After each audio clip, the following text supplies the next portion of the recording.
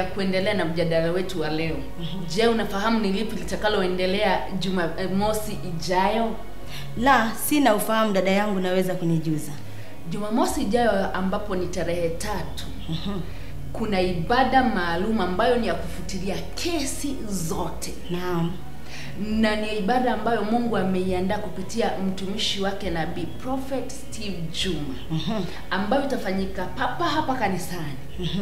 Ila ibada hii itakuwa ni ibada mwafaka na maalum na ambayo inafaa na inastahili kwa kila mmoja. Kumbuka, katika nchi yetu ya Kenya watu wana kesi nyingi zaidi mno na zimewakalia. Wengine wamefungwa hawajui itafunguliwa lini. Kunao ambao wana kesi za mashamba, kunao ambao wana kesi za ndoa. Kesi za aina zote zitakuwa zikifutiliwa siku ya Jumamosi tarehe 3, Jumamosi hii ijayo. Kweli kabisa, kwa sababu hata nimeweza kusikia maneno yako dada yangu, na nikaweza kujiangalia vizuri sana. Kama sisi akina mama sana tunapaswa kukuja katika hiyo ibada ambayo mtumishi wa Mungu Nabii Steven Juma ameweza kuzungumziwa na Mungu. Uko hapo nyumbani mama, uko na tatizo, tuko na matatizo mengi sana kama sisi wa mama, kama matatizo ya ndoa, wengine tuko na makesi pia. Unapoangalia katika Biblia, wamama wanapoungana, kuna wamama walikuwa wanafanya kazi nzuri sana, walikuwa wamesimama katika pengo ya kuombea hata utawala. Unapoangalia wamama wanafanya kazi nzuri kabisa. Kwa hivyo sisi wamama tutapaswa kukua siku hiyo tukaweze kusimama kwa ajili ya pengo hiyo. Wamama wanaposimama katika mambo kama haya, hata ndoa inafunguliwa, hata nyumba inafunguliwa, hata watoto kupitia maombezi yetu sisi sana kama akina mama. Kumbuka Mungu ametupa nguvu sana, ametupa uwezo mkali kabisa kupitia maombezi yetu. Hata utawala unasimama kupitia maombezi yetu. Kwa hivyo nawaomba tu tukaweze kukua pamoja kwa hiyo siku, tukaweze kusimama ili tukaweze kuombea hata nchi yetu. Hata ndoa yako itasimama kupitia wewe mama. Hata watoto wako watafunguliwa kwa kila fungo yote wamefungiwa. Kumbuka maandiko unaposoma katika Mathayo 18:18 inasema hivi: na chochote mtakachofunga hapa duniani mbinguni pia kimefungwa, na chochote mtakalo funguliwa hapa duniani pia mbinguni imefunguliwa. Kwa hivyo kama uko na kesi ambayo nimeweza kusikia mtumishi wa Mungu akiniambia kuwa siku hiyo itakuwa ni siku ya kufungua kesi, kufungua ndoa, kufungua hata kazi, njoo ili ukaweze kufunguliwa. Na sisi wa mama sana na waomba tu tukaweze kuwa hapo kwa siku hiyo, tukaweze kupokea. Kumbuka utawala wote unasimamishwa na kina mama. Katika Biblia utawala wa Daudi ulichochewa na kusimamishwa na kina mama. Kumbuka hata ile siku Yesu alikuwa anakata roho, wamama walikuwa wanalia, lakini akawaambia mabinti, msinililie mimi, mlilie nafsi zenu.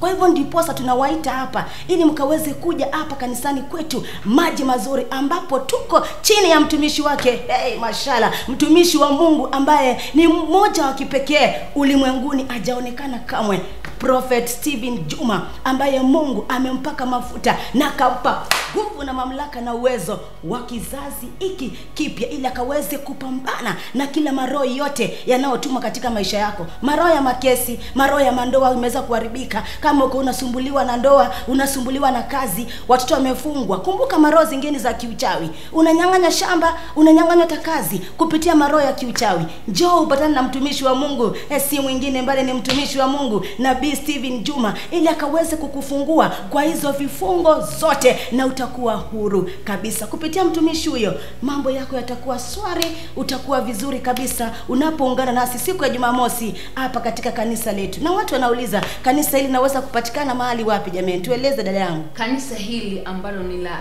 Maji Mazuri International Gospel Church linapatikana Nairobi, jijini Nairobi, mji wa Komarok.